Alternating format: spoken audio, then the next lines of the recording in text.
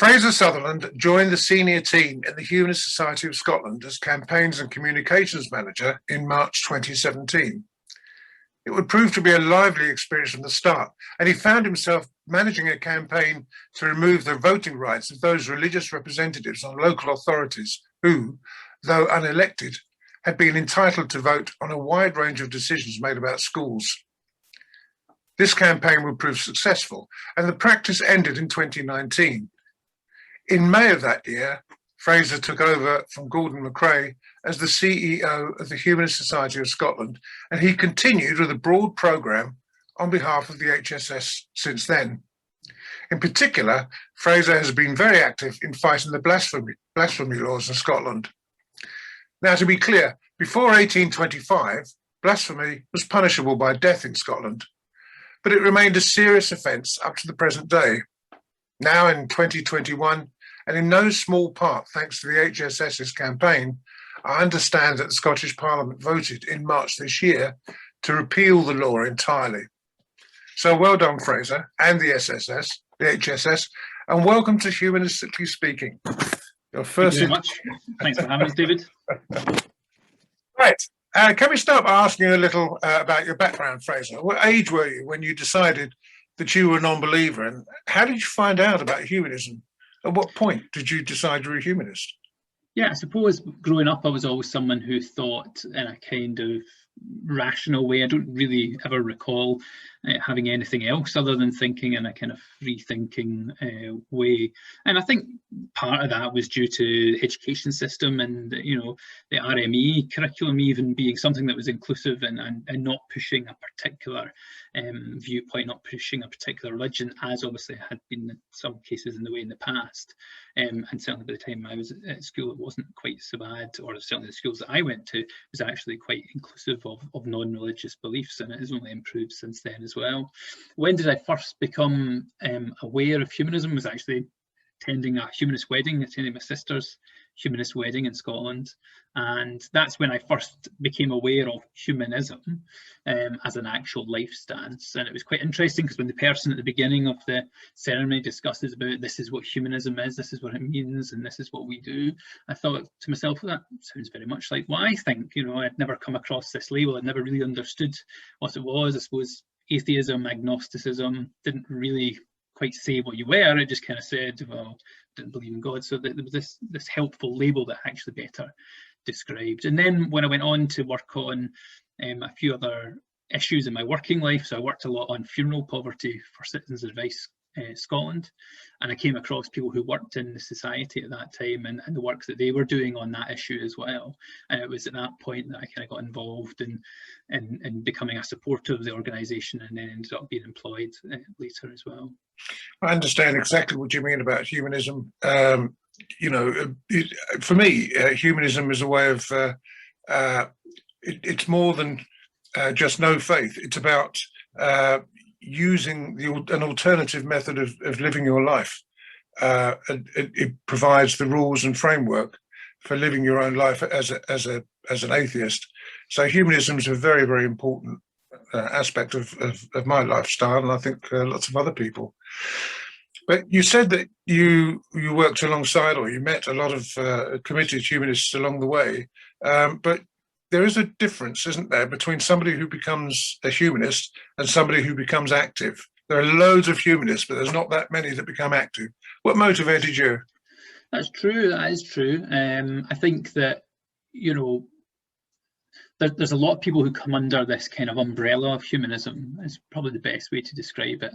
And you're right in saying that there are a small number of people in any humanist organisation who are probably the ones that are driving a lot of the work. And actually, you know, before Humanist Society Scotland became a more professionalised organisation with staff, there was quite a small number of really committed volunteers really driving the efforts to get, you know, legal marriage recognition. And there's a lot of effort there that has to be applauded, and that these people gave up their own time to kind of push those campaigns. And that's the same that, you know, really echoes in many countries around the world today. You know, it's a lot of small numbers of volunteers. You know, we've got a relationship, a twin relationship, Humanist Society Scotland, with the Malawian humanists, and I'm always conscious when I speak to their director over there at how much work one individual is doing. I mean, they are literally driving a whole movement in a country where obviously it is not as open to different beliefs, and there's a lot of challenges for humanists in that country. You said the Malawian humanists. Malawian humanists, yeah.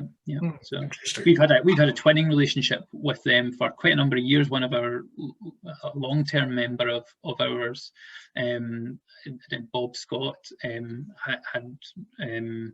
had spent time as a doctor in Malawi at one point, and then had become engaged with the local freethinkers or atheists in the country and helped establish a kind of a humanist movement. And we've remained kind of in contact through that, and joint personal contact between the two organisations. And from there, we then developed a kind of twinning relationship where we provide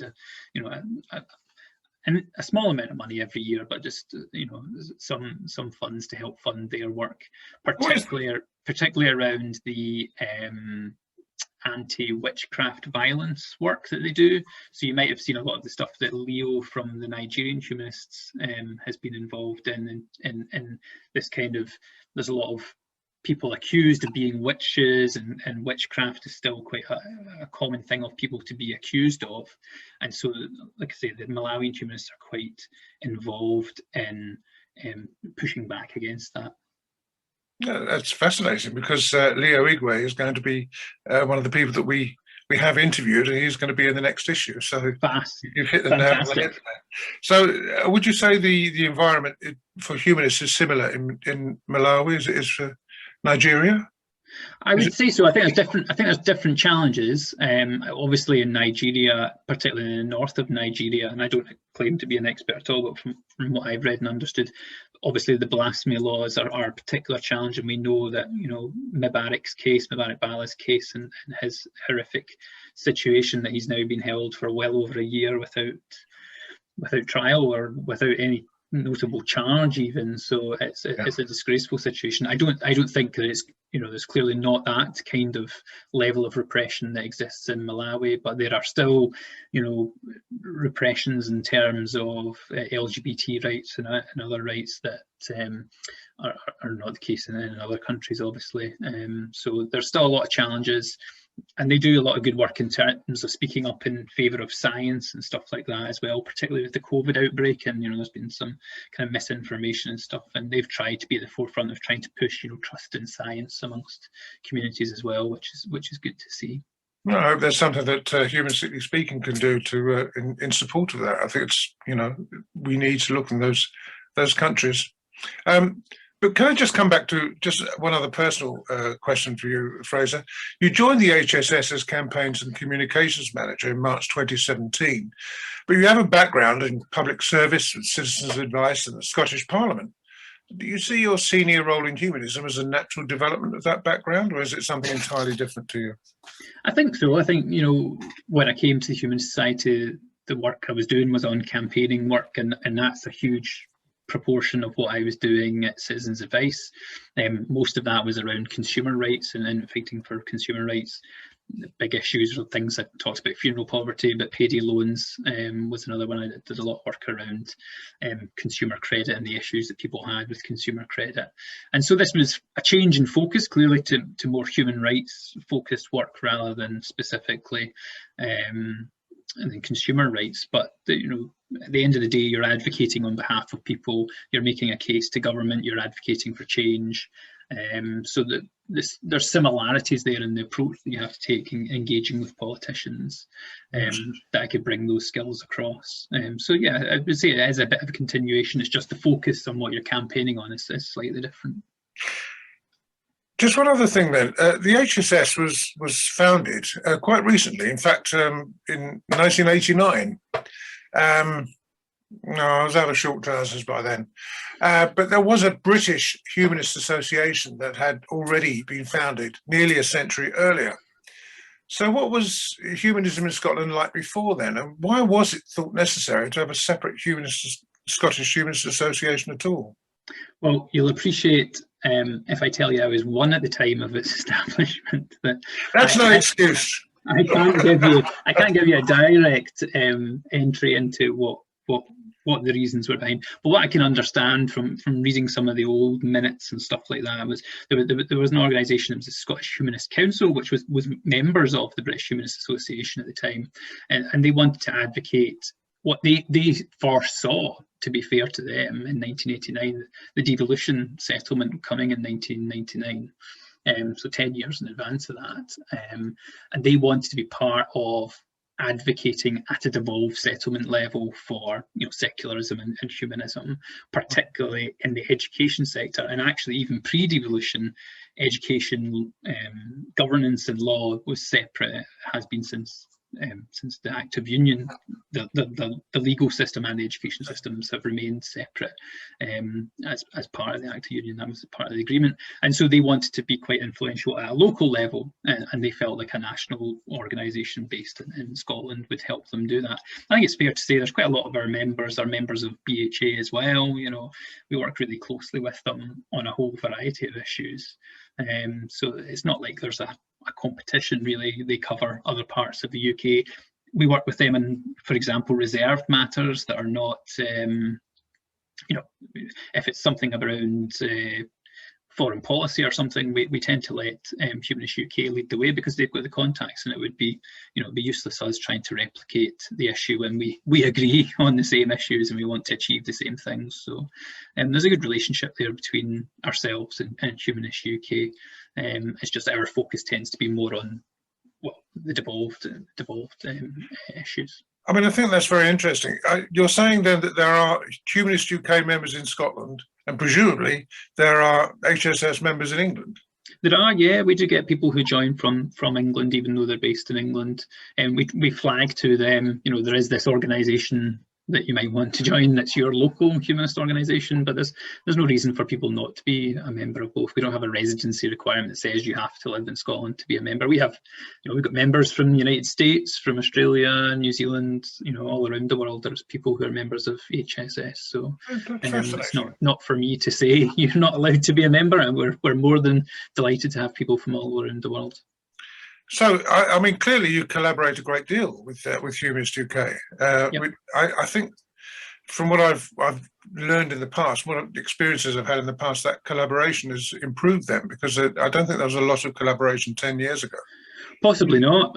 Possibly not. I mean, obviously, I can only speak of the times that I've been involved since, what was that, 2017, did you say? So it's, you know, in that time, it's only ever been, you know, trying to work together and do things together. So that's great news. Prior to that, I don't know, because I wasn't involved in the front line, so I can't comment on it. But you know, I have a regular call with Andrew to catch up on where we are on both things. You know, other staff members between the organisations chat about operational issues and stuff like that. In fact, we had a cohort of volunteers who did the Humanist UK pastoral support training, so they delivered the training in Scotland and then all the rest of it. So yeah, there's a lot of collaboration there. We work really closely together in terms of when it comes to the international work as well. So, you know, the general assemblies of Humanist International, for example, we're always discussing about whatever's on the agenda and having a kind of common position on these issues as well. So I think there's strength there in working together. Absolutely, 100% agree with you. But what are the primary differences then between the HSS and Humanist UK? Or are there any significant differences? I suppose there's a difference just by accident as much as anything by else. By, you know, where we are in terms of the ceremonies landscape, a lot of our work, a lot of our staff resourcing goes on supporting the celebrant network that we have, because we have legal weddings and because we're providing quite a substantial service in that area. Obviously, that's not something that currently exists, and hopefully it will be soon in terms of the rest of the, or certainly England and Wales. It does exist in Northern Ireland. So our focus in the last, you know, kind of 5 or so years has been, you know, around improving that service and making sure everyone gets what they want. And then obviously there's some, you know, campaigning issues that are slightly different, again, just because of whatever priority is in the Scottish Parliament or at Westminster. But overall, we're both trying to achieve, you know, humanist outcomes, and we have very similar, you know, policies, if not identical policies, on most issues. It's mostly about opportunity and timeliness and what's available. You know, something that the Humanist UK have made a lot of progress on that we haven't so much as around pastoral care and support. You know, I mentioned about we had some volunteers do some training, but they've got fantastic outcomes in terms of, you know, people embedded in the health system in the way that, you know, we absolutely don't. But at the same time, you know, we're providing thousands of weddings in the same way that, you know, that they're not. So we've got successes and they've got successes, and we can learn from each other, absolutely. So so I mean, the weddings have really taken off in Scotland, and I'll come to that later. But the HSS has clearly been hugely successful. I didn't know you had a lot of members from outside of Scotland, but today it claims over 14,000 members. Now, that's a greater proportion of the population of Scotland than Humanist UK membership is of the rest of the UK. So what do you put that success down to? Are the Scottish just less religious or more humanist? I don't think it's interesting. I think that well, the direct question on membership numbers is absolutely down to ceremonies and the link to people wanting to have a humanist wedding ceremony. To have a ceremony delivered by a celebrant, you're a member. You know, there's required to be a member of the society. So that has helped obviously drive our membership significantly. And so that will help explain it, I imagine. So in terms of the demographics, I think that religiosity, from the statistics that I've seen, has changed in Scotland at a faster pace than it perhaps has in England. I don't think the gap is huge by any stretch of the imagination. I think there's much a muchness. There's perhaps just a slight lead in terms of non-religious. I would be surprised, for example, in this census, if in Scotland we don't have a majority of people being responding as non-religious. I don't know if that's going to be the case in England and Wales. Might be one census too soon for that majority to be non-religious. It's certainly moving in that direction, but I don't know whether it'll be there this time round. It will be close. I think it will be close in terms of England and Wales, but it might just fall short. As you know, HSS celebrants can sanction humanist weddings in law, and indeed in recent years, humanist celebrants in Northern Ireland can do the same. But we can't do that in England and Wales. I mean, do you have any thoughts about how that's come about? Well, obviously there was a campaign really to change the law in Scotland. You know, I mentioned before, led by really a group of really committed volunteers, really committed to push it forward in terms of allowing an argument that said, you know, you can't discriminate against our group. And, you know, this is a genuinely held belief. There is a membership. We are actually working towards a common set of goals. It ticks all the boxes for a belief body in the Scottish law context. And the difficulty, I think, with England and Wales is the way in which the law works. It's slightly different. So it is a place that is given the authorisation rather than the person. So in Scotland, we have the celebrant, the minister, the registrar, the whoever that has the permission to perform the legal process. Whereas, as I understand it anyway, in England and Wales, it is the location. So it's the church or it's the registry office. Now, of course, humanists don't have chapels or anything like that. So there isn't an obvious location to have humanist marriages. And so that's what obviously, as again, better speaking to someone from Humanist UK who would fill you more in the details, but part of their discussion with the government is about changing the laws to recognise the individuals and how that might work.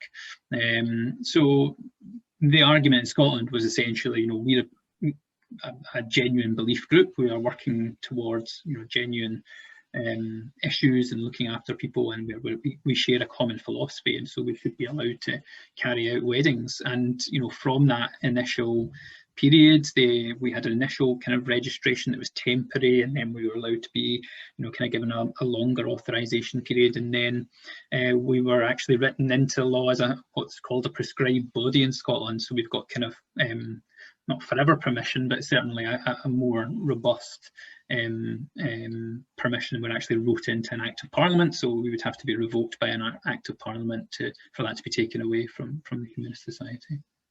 In the UK, I think we actually won a case in the courts, as you know, and it was, instead of just authorising it or approving it by the judge, he passed it on to the government to make a final decision. And the government they've put it into a special process, but it looks like they've just kicked it into the long grass, which I find quite distressing, really. I'm sure lots of celebrants find that too. There seems to be some sort of antipathy towards humanism within our own government that maybe is not so not existing in the Scottish Parliament. I don't know.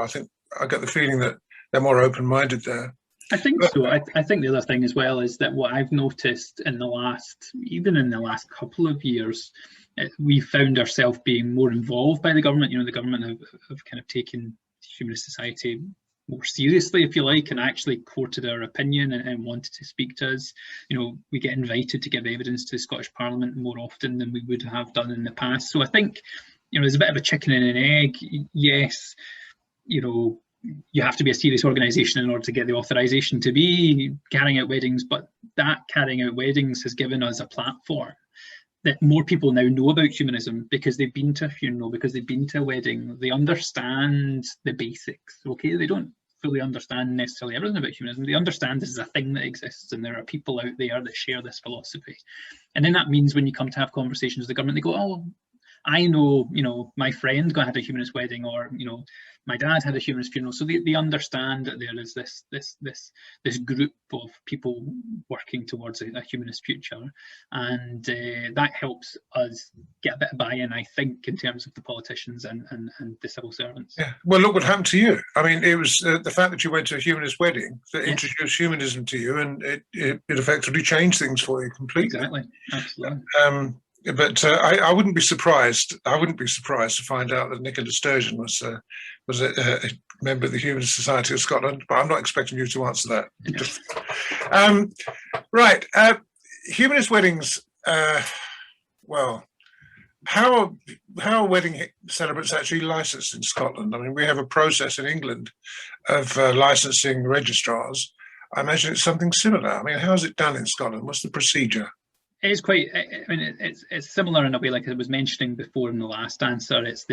So we as an organisation have kind of approval to be a belief body, as they call it in Scots law, and we have the right to then approve our own celebrants. So we have a training system that we put people through an assessment to make sure that we're confident of their competency and all the rest of it. And that's run by the HSS. And that's run by us, yes. So we effectively approve the individuals, and then we submit a list of names to the registrars as these are approved people for the purposes of carrying out humanist weddings in Scotland. So the licensing is not done by the government for our individual people anymore. It's we are as an organisation approved, and then we license each individual, if you like, for one of a shorthand expression of how it works. Right. I see. Okay. Well, if someone has a humanist wedding in Scotland, it's recognised in England and the rest of the world, I presume. So could an English couple go to, say, Glasgow and have a legal humanist wedding there? Yep, absolutely. I mean, you get the same certificate in terms of, you know, a marriage certificate, whether you're getting married in a registry office, a church, or a humanist wedding. You know, the same piece of official paper that you get from the state to say that you are married. It's the same no matter who is marrying you. So it's legally it's the same whether you've been married, like I say, in a church or by a humanist or in a registry office. So we get lots of couples who choose to come up to Scotland. I mean, Scotland's not only just because they want to have a humanist wedding, but also it's seen as a bit of a destination. You know, got lovely outdoor places that you can get married. That's the other thing as well in terms of the law that I know they're looking at in England and Wales. You have to get married indoors in England and Wales. You're not allowed to get married outdoors, or you can get married outdoors, but there has to be like certain distance from a building or something like that. Yeah. Whereas in Scotland, you can get married absolutely anywhere, and that's quite attractive for people who, you know, quite often marry people in, you know, Glencoe, up mountains, you know, on the sides of lochs and all that kind of very romantic imagery and all the rest of it. You know, that's able to be able, you know, because the permission is on, again, the individual celebrant and not on a location, then that permission is anywhere in Scotland. And that's quite attractive for people who want quite a small wedding in particular. You know, they want just a it's either just the couple and some witnesses that are, you know, locals, or they want to just bring a small group of friends and family to a wedding ceremony. That's quite an attractive proposition for them. But we get people up from particularly all over Europe who come specifically to Scotland to get a humanist wedding, because it's one of the few places that you can get a humanist wedding that is quite attractive for members of other humanist organisations elsewhere to come here to get a humanist wedding. There are other states that provide it as well. You know, we're not unique in that situation, but I know that there have been members of other humanist organisations who have decided to come to Scotland because they can get a humanist wedding. But don't be surprised that when this issue goes out, that there'll be a wash of people in England approaching celebrants in Scotland, and you might be overwhelmed with demands for humanist weddings there. Well, we'll be delighted to welcome them. Absolutely delighted to welcome them. I just feel sorry for the celebrants in the rest of the UK or in England and Wales who would love to do it themselves. Absolutely, and obviously we're 100% behind them getting the permission for them as well. You know, because you know we don't think it's fair that just by the geography of, you know, living in Berwick rather than Dunbar, you know, you're not allowed to have a humanist wedding. Like say, just cross the border and you can have a humanist wedding. It seems it's not just bizarre. It's not just unfair, it's ridiculous. Yeah. You know, it really is ridiculous. You can't get married in one part of the UK, but you can get married in another part. It's just stupid. And I hope that they resolve this issue very, very, very, very quickly. Although I'm not optimistic, but we'll just have to see. I hope I'm mistaken. There's another side to the faith issue in Scotland that I want to talk about, and it's about faith schools. And I guess the 1944 Education Act still applies there as it does to the rest of the UK. But what is the public attitude to faith schools in Scotland? So we have a slightly different regulatory framework, and I mentioned this at the very beginning, in that the education system has always remained separate in terms of legislative wise. So it's not the same piece of legislation in Scotland. It's the 1980 Scotland Act, which is the kind of the main piece of legislative body. There's other pieces of legislation that predate that way back to like 1918 and even prior to that. So we don't have the same kind of format of schools that you do in England and Wales, where there's like a board of governors. Some of them are obviously who are church schools and all that. We do, however, have church influence on the school estate in Scotland, but it takes a different format to the way I understand it. And I'm not an expert in how the schooling system in England works, so I'm not going to talk about that. But what I can talk about is obviously what exists in Scotland. We have all the schools are state schools. They're run by the local authorities, unless they're obviously a private fee-paying school. So they're all run by local authorities. They're not run by a board of governors. They're all run by the councils. We have two forms of schools, one which is called non-denominational and one which is called denominational.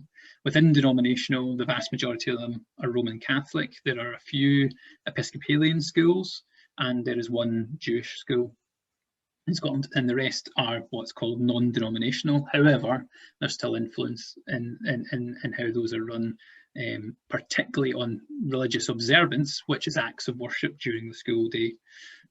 So that's our main contentious issue. That's the main thing that we are campaigning on at the moment, is around religious observance, because likewise in England and Wales, although again, forgive me for getting some of the detail wrong there, but children and young people don't have the independent right to opt out of religious observance, and we think that they should do, particularly secondary school.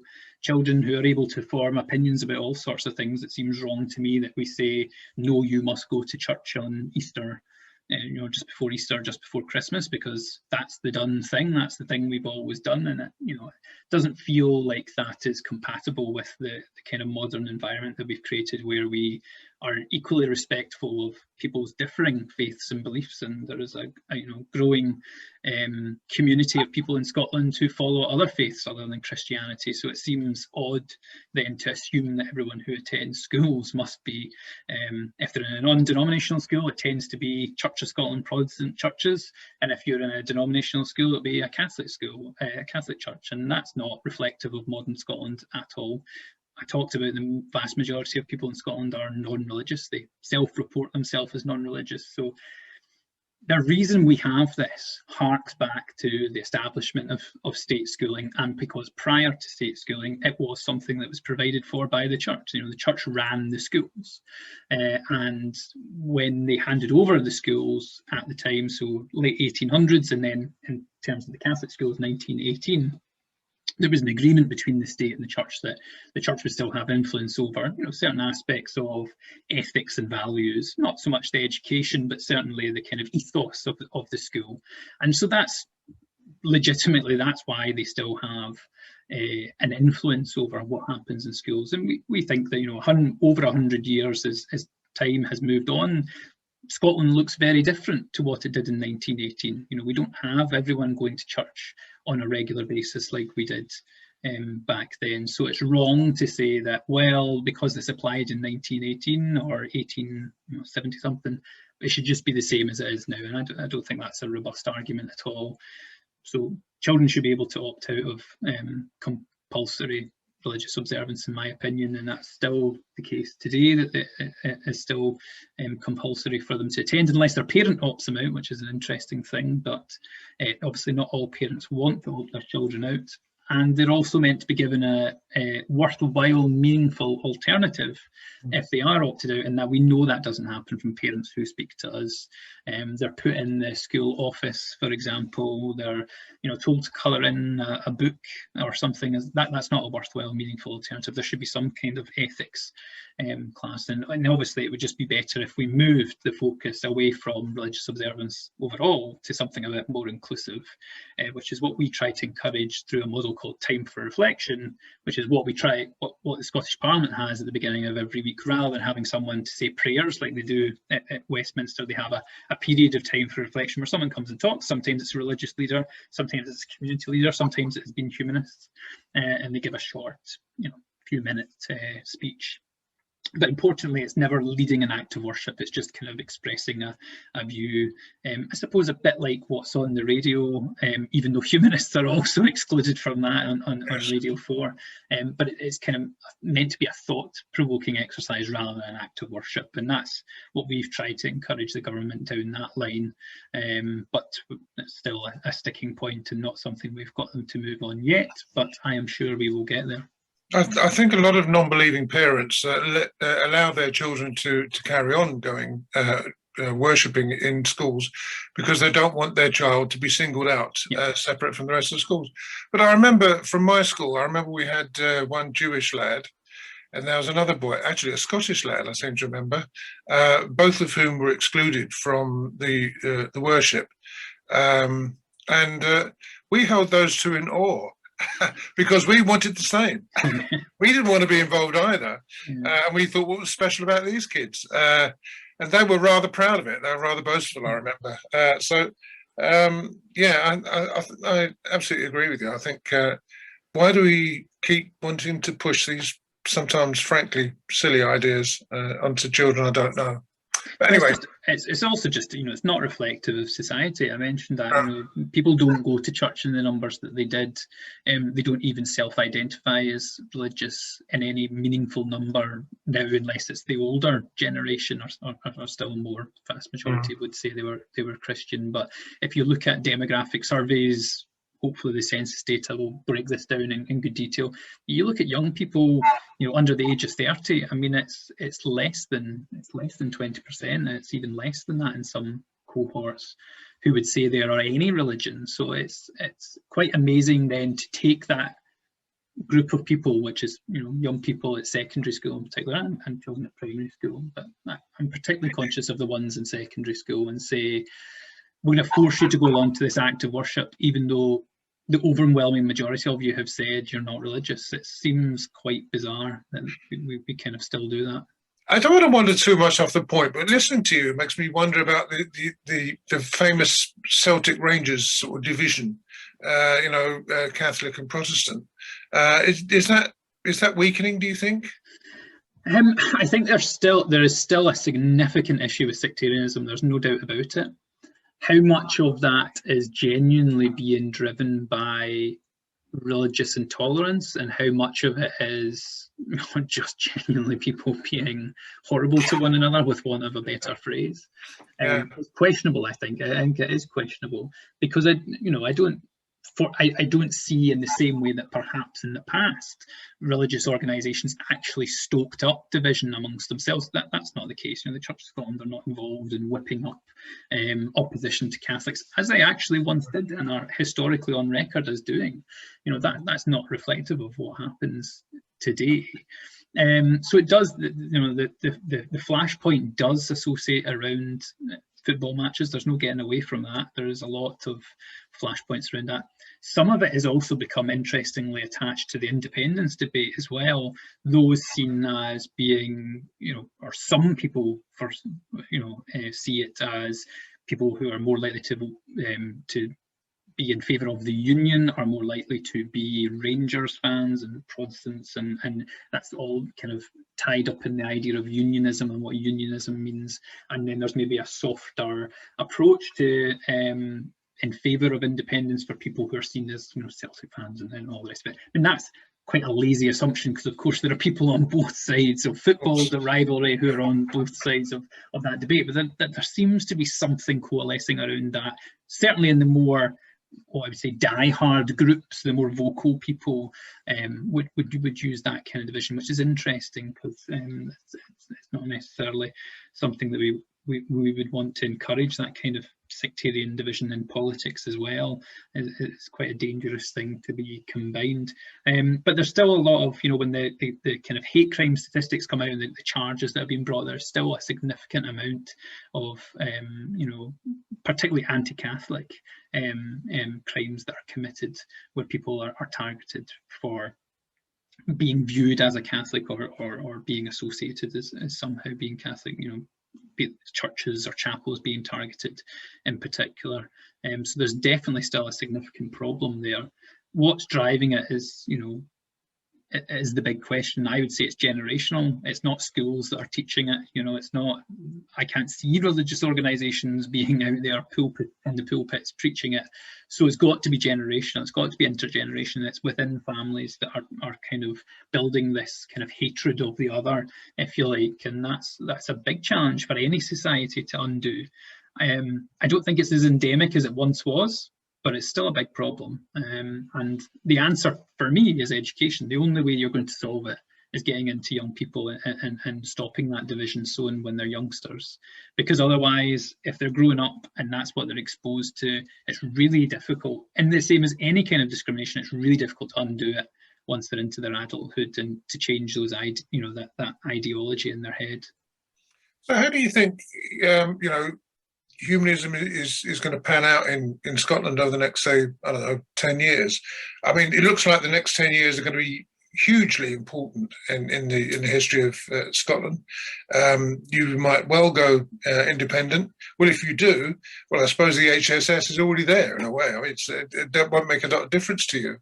But do you think that there's going to be social changes that are going to have a big impact on humanism in Scotland? I think there's a whole host of different issues that would be of interest to humanists. I mean, I think there's definitely a wide variety of opinions within my organisation in terms of independence. There are really some very pro-independence people. There are some very pro-union people. So, and that will continue to be the case. And of course it is. Why wouldn't it be, when the kind of philosophy we're promoting, and it doesn't suggest that you're going to be politically inclined one way or another on a constitutional issue. So I think for the Humanist Society, it's really important that we do what we did last time in the referendum, and that's encourage people to take part in debates, to inform themselves, take part in democracy. Democracy is a really important part of humanism. So we should all be part of it, and we should all make our voices heard. But I don't think, the organisation, it would be wrong for the organisation to take a position, one way or the other on a constitutional issue like that.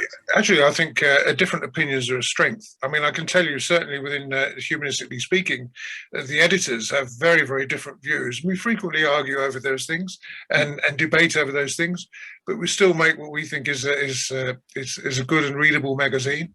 And I think that's very healthy. I think that's very healthy. Okay. So I've got just two more questions for you, really. I mean, the first was, I noticed that the HSS have sponsors. Well, that's not the way Humanist UK works. They have patrons, which is obviously very, very different. But you have sponsors like Marks and Spencer's, the Scottish Co-op, David Gregg's, Pret a Manger. It's an interesting idea that Humanist UK might take up, perhaps. But did you find it difficult to find sponsors? So these are attached specifically. Most of them are attached to our street care team. So we've got a volunteer-run project called Street Care, where we provide, for want of a better description, a soup kitchen on the street in Glasgow and Edinburgh and Stirling. And these organisations provide us with food, for example, for that. So that's the kind of the sponsorship angle. And for example, ScotMid, which is a cooperative, provide us with like toiletries and things like that as well.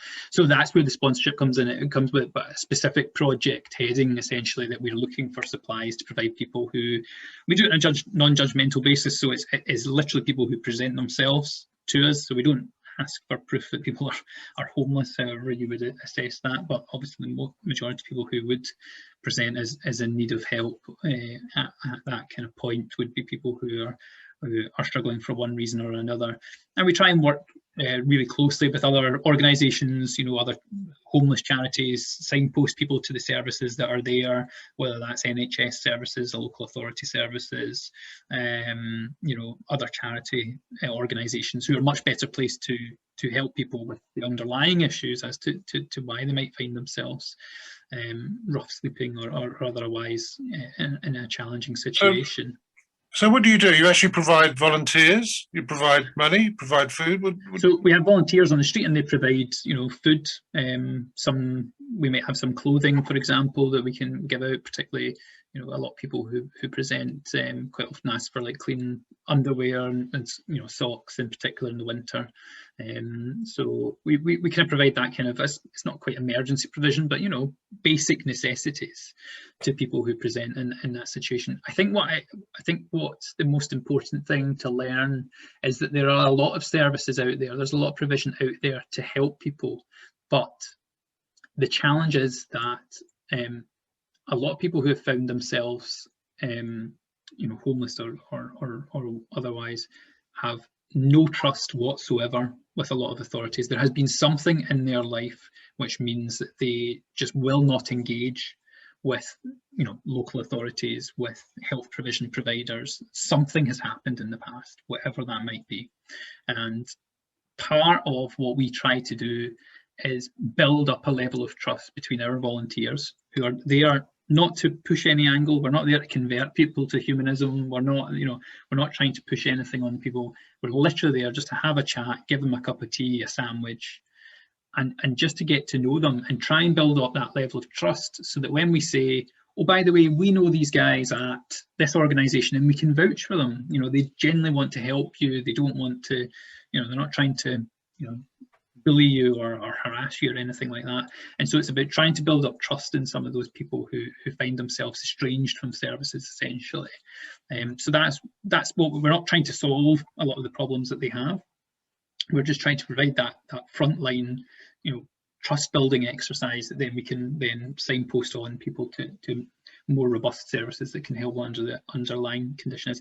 I mean, I think it goes without saying that a lot of people have drug addiction issues. It's a huge problem in Scotland. You'll be aware probably of news reports that we have the worst record for drug deaths in the whole of Europe in Scotland at the moment. It is a terrible. No, there are increasing restrictions on alcohol as well in Scotland, aren't there? On alcohol, so the minimum pricing on alcohol, but alcohol addiction is also a problem, but illicit drug abuse is a huge problem in Scotland at the moment. Like I say, we have one of the highest death rates in Europe, and that it seems to be getting worse rather than better.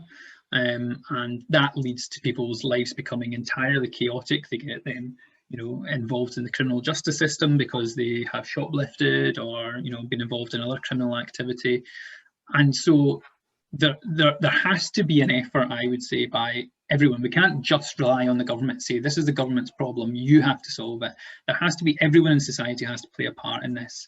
And it frustrates me when I see people, talk about, for example, junkies is an often used term in Scotland to describe people who use drugs, and you just kind of say, oh, they should be kind of swept under the carpet, swept away, and we lose all sort of sense of humanity. I mean, where are people's humanity when you think about that? These people have fallen on really tough times, and some of them might have made really bad decisions in their life, but we shouldn't write people off because they've made bad decisions in the past. We should try and help them.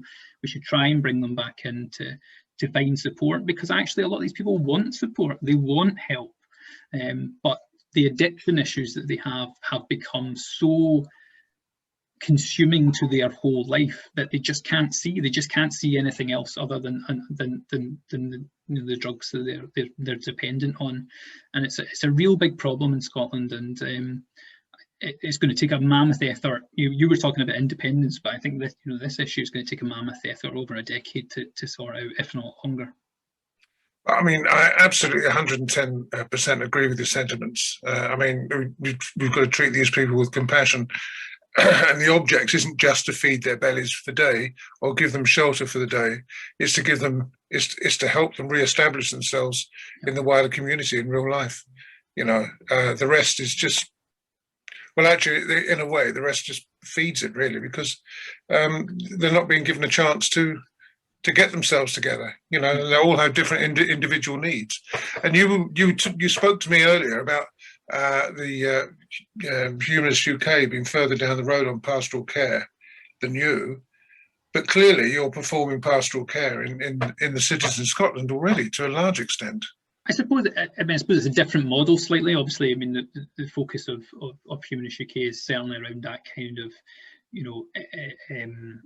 institutions, and people embedded in institutions, and I think that's a fantastic model. The volunteers we got here are much more, are much more basic level, I would say. It's literally a chat, and you're just trying to build up conversation and trust in those individuals, so that then we can then help them, get the meaningful support from the healthcare service providers, for example. Yeah, it's not so much the money; it's the fact you've got the volunteers to do it. That says something amazing about. It is of all the things that we do, is the one that has the most volunteers, the people who I would say are the most passionate about the volunteering that they do, that they're really keen. Even during the pandemic, we had to take some hard decisions about what can we offer during COVID, because the last thing we want to do is to make these people ill. One of our volunteers has COVID and passes it on. They're less likely to be vaccinated, they're less likely to be registered with a GP. This is a disaster if we pass. So we had to do difficult decisions about not offering the support that we normally would do during the pandemic. It's fair to say, a lot of the volunteers really pushed me. We want to be out, we want to be helping, but there's a question there about what's safe to do. And obviously, as soon as we're able to start providing a lot more responses, we're already doing some work, but when we can get back to normal, they are absolutely itching to get back out there and do some work again. And all power to their elbow. They're a fantastic set of volunteers. They give a lot of time and a lot of effort to helping people who are really hard, I've got a hard time of it, and they're a credit to the organisation, but they're a credit to humanists overall, I would say. Well, we've got something to learn from them. I might come back to you on that to try and get in touch with some of those people, because it's the sort of thing we should all be engaged with and all should be involved with. Well, look, that's really all of the questions I've got to ask you, Fraser. I'll give you a chance to ask me some questions if you've got any. But I'd just like to finish with one personal question to you. Is there any humanist in history that you particularly admire, who's particularly outstanding to you? I just wanted to know, are there any humanist heroes that you look up to, that inspire you? I don't know. I mean, there's so many people, that you could pick. I mean, I always, when you think of science and you think of scientific discoveries, I always like to talk about Marie Curie, and I mean, every time you read about Marie Curie and the work that she did in terms of the research, it's just phenomenal. And she's the only woman who's ever won 2 Nobel Prizes, isn't she? Yep. Yeah.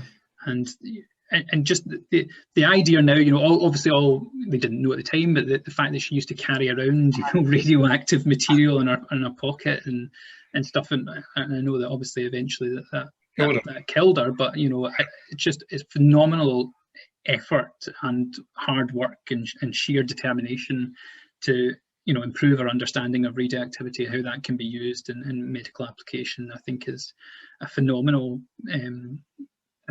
achievement in human history, not just for her, but for humans overall. Think of all of the treatments that have come because of her discoveries. I think it's a real role model for people to look towards as an upstanding humanist, and in science in particular. But I think a lot of her hard work and hard efforts can be replicated in any kind of walk of life. Well, that's it. Have you got any questions you'd like to ask us? I don't think so. I mean, I suppose just good luck with your endeavour and your magazine and your interviews. Who have you got coming up in your interviews? Well, the next one is Leo Igwe, and then probably you'll come in August. I'm hoping to get Polly Toynbee. I've sent her a message because she's a well-known humanist. Sandy Toksvig is one that we would love to get. She's quite hard to get hold of. And we have one of our editors, our youngest editor, Emily Forbes, regards Sandy Toksvig. She's an absolute fan. She'd absolutely like to do what I do and interview Sandy Toksvig herself. And if Sandy ever gets to see this message, please, Sandy, get back to us, because Emily would absolutely love to interview you. But yes, I mean, we've got several people we'd like to contact, but our wings have spread quite a lot. We've got some contacts in Ireland now, and the USA and New Zealand and other parts of the world, Puerto Rico. So there's going to be plenty of people that we can contact, and we want to be there for everyone. Humanistically Speaking is meant to belong to not just humanists, but to anyone who has humanist thoughts or ideas, because humanism is essentially about tolerance and humanity, and you don't have to be a committed humanist to share those values. I don't think so, and that's what Humanistically Speaking is there for. So that's it. Look, this has been fabulous. We've had some technical problems, we know. Hopefully the readers will never know about those, but it's been an absolute delight being in touch with you, Fraser, and thanks for agreeing to the interview. No problem, David, and delighted to be involved. Thank you very much. Thank you. Bye-bye. Bye now.